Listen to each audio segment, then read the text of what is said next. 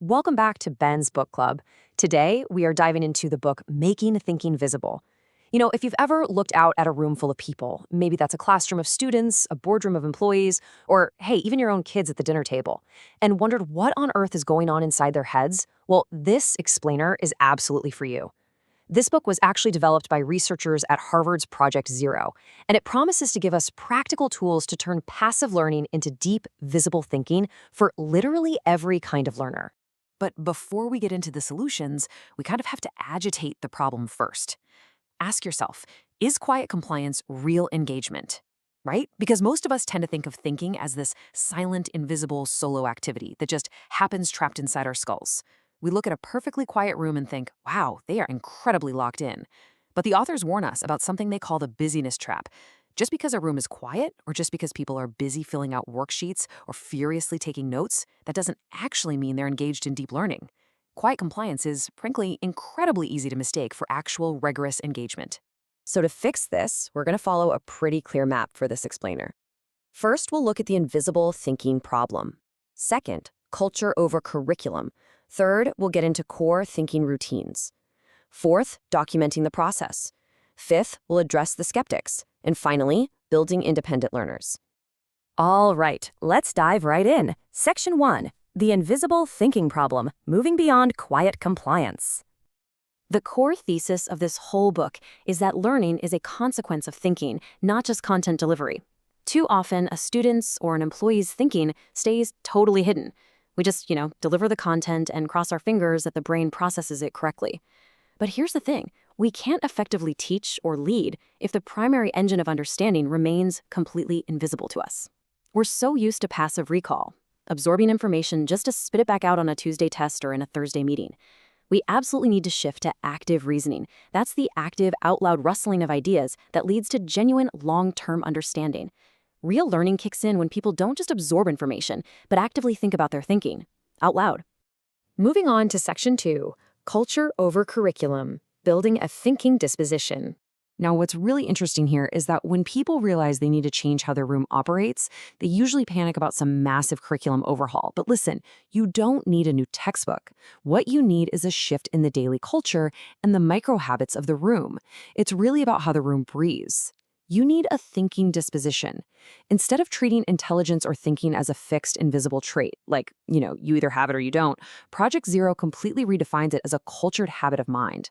Thinking is an active, observable process we can intentionally cultivate in our environments, not some mysterious gift reserved for just a few high-achieving individuals. So, what does a strong thinking disposition actually look like in practice? Well, the book breaks it down into 3 main pillars. First, deep exploration. This means looking for patterns and viewing things from multiple perspectives, not just memorizing isolated facts. Second is intellectual curiosity. This is actively wondering, asking questions, and posing new problems, basically tapping into your inner 3-year-old who constantly asks why.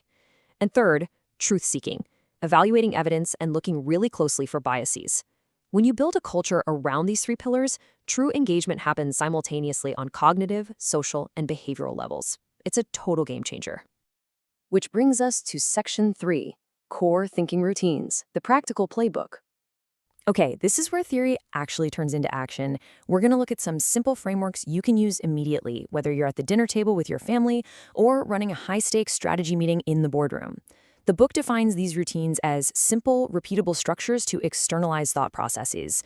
They're usually just really short, flexible sequences of 3 or 4 steps. The absolute magic here is in the repetition. They force people to get the thinking out of their heads and into the open. And because they're so short, they just become part of how the room naturally operates, rather than feeling like some heavy one-off activity. Let's look at one of the most famous routines, see, think, wonder. It's 3 super simple steps. First, what do you see? Just state the literal observations.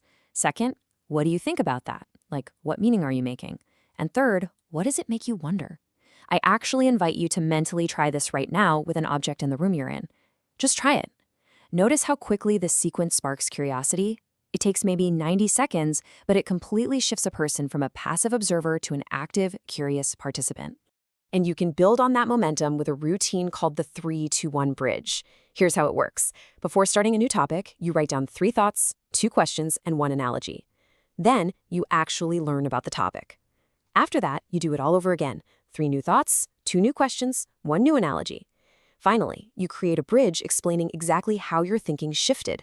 This explicit tracking of intellectual growth over time is just incredible because it literally shows the learner their own cognitive evolution. Now, if you only take one single thing away from this explainer, let it be this exact phrase. What makes you say that? The authors consider this the ultimate question for evidence-based reasoning.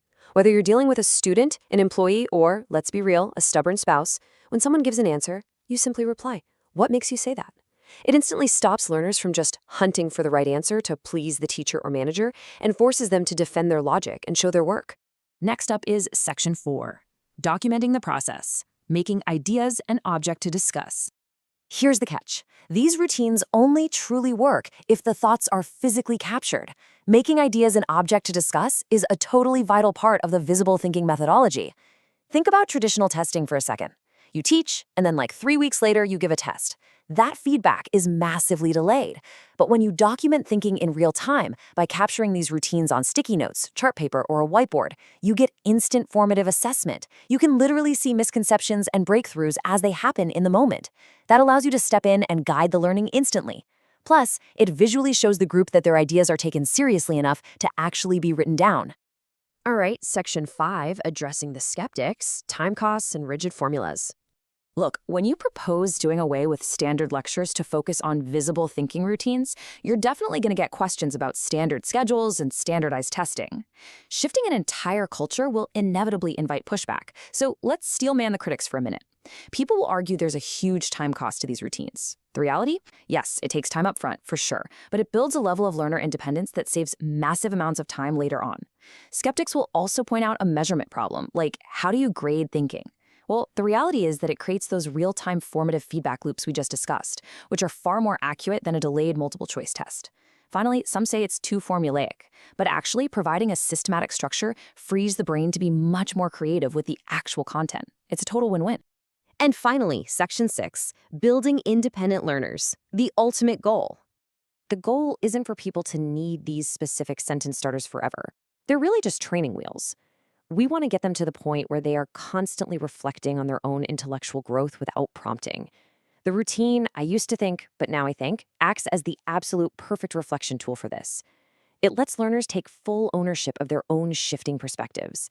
It completely removes the ego from being wrong and instead celebrates the evolution of understanding. I want to leave you with this really powerful takeaway from the source material. Quote, when you teach someone how to think systematically, you give them a skill that outlasts any test score or project deadline, end quote. This reminds us of the biggest question we face as leaders and educators. Are we just teaching content, or are we teaching people how to think with content? Because content will eventually fade from memory, right? But a cultured disposition for thinking, that lasts a lifetime. To wrap up, I want to leave you with a provocative challenge, utilizing one of the book's very own routines. I want you to ask yourself right now, what's one thing you used to think that you've completely changed your mind about? And more importantly, what made you change it? Take a moment today to just sit back and reflect on your own intellectual growth. I really hope this dive into making thinking visible has given you some incredible, actionable tools to bring into your own spaces. Please subscribe so you don't miss an episode.